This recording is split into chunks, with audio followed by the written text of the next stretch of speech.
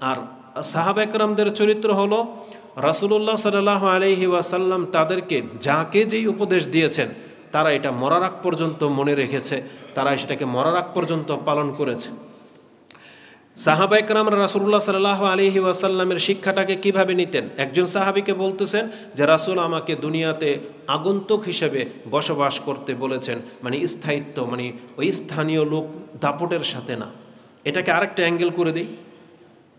একজন ব্যক্তি যত বড় পয়সাওয়ালা হয়ে যান না কেন, যত আপনার গায়ে শক্তি থাক না কেন, আপনি অপরিচিত একটা এলাকায় চলে যান যেখানে আপনাকে কেউ চিনে না, যেখানে আপনাকে কেউ চিনে না, সেখানে আপনাকে নেতারূপেও কেউ জানে না, প্রভাবশালী না, আপনি সন্ত্রাসী না, আপনি অনেক সম্মানিত লোক, ওই পরিচয় কেউ আপনাকে চেনে না। যেই ক্ষমতাটা আপনি স্থায়ী রূপ নিয়ে দেখান, সেখানে কি আপনার এই ক্ষমতা খাটবে? আপনার সেই জায়গায় সেই ক্ষমতা দেখানোর কোনো অপশনই নেই, বরং স্থানীয় লোকেরা আপনাকে তখন পিটিয়ে তুলাধুনা করে ফেলবে যে তুমি আমাদের এলাকায় এসে মাতাব্বরি করো। তার মানে একজন আপনার এলাকার স্থানীয় লোক অন্য এলাকায় গেলে ঠিকই ইচার মতো থাকে, ঠিকই দুর্বল হয়ে থাকে, ভদ্রসুলভ আচরণ করে, যে জানি এখানে কিছু বললে স্থানীয় লোকেরা ডিস্টার্ব করবে, এই জন্য অনেক কিছু আপনি সহ্য করে নেন এবং আপনার ক্ষমতা দেখানোর সেটা জায়গা না। এই হাদিসটাকে যদি আপনি ওইভাবেও নেন, তাহলে এই যে স্থায়িত্ব, যেটা যে আমি স্থানীয় লোক, আপনার এই চরিত্র দূর হয়ে যাবে। আপনি যদি নিজেকে মুসলিম মনে করেন, পরকালমুখী মনে করেন, তাহলে স্থায়িত্বের যে প্রভাব, আপনি গারামি করবেন সব কিছুর ক্ষেত্রে, না, এটা তখন আর থাকবে না। আর আপনাকে ভদ্র হতে হলে এই হাদিসকে নিজের জীবনে অ্যাপ্লাই করতেই হবে। তাইলে আপনার রাগ কমে যাবে, তাইলে আপনার দাপট প্রভাব কমে যাবে, হিংসা, তারপর অহংকার কমে যাবে। কারণ আমি তো মানে পথচারী, আমি হলাম একটা আগন্তুক, তাহলে আমি কেন এখানকার প্রভাব দেখাবো?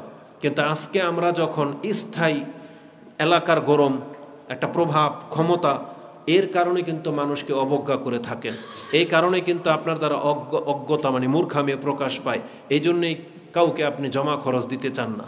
এই জন্য এই হাদিসগুলোকে ব্যক্তি জীবনে অ্যাপ্লাই করতে হবে যদি আপনি প্রকৃত মুসলিম হতে চান।